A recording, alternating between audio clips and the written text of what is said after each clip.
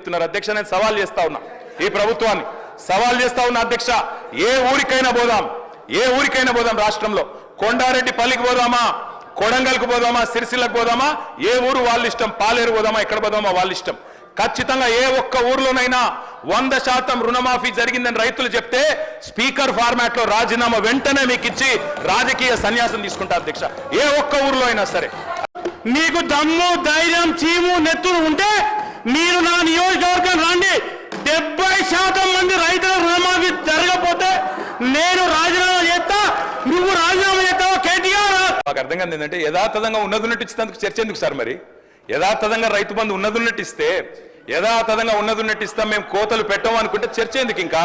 యథాతథంగా ఇవ్వచ్చు ఇందాక చెప్పే అధ్యక్ష మళ్ళీ చెప్తున్నాను ROFRకి కట్ చేస్తామని కానీ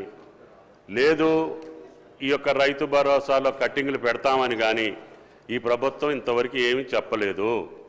గౌరవ సభ్యుల సూచనల మేరకు మేము వెళ్తామని చెప్పాము ఏం కావాలో చెప్పండి ఏ రకంగా ఇవ్వాలనో చెప్పండి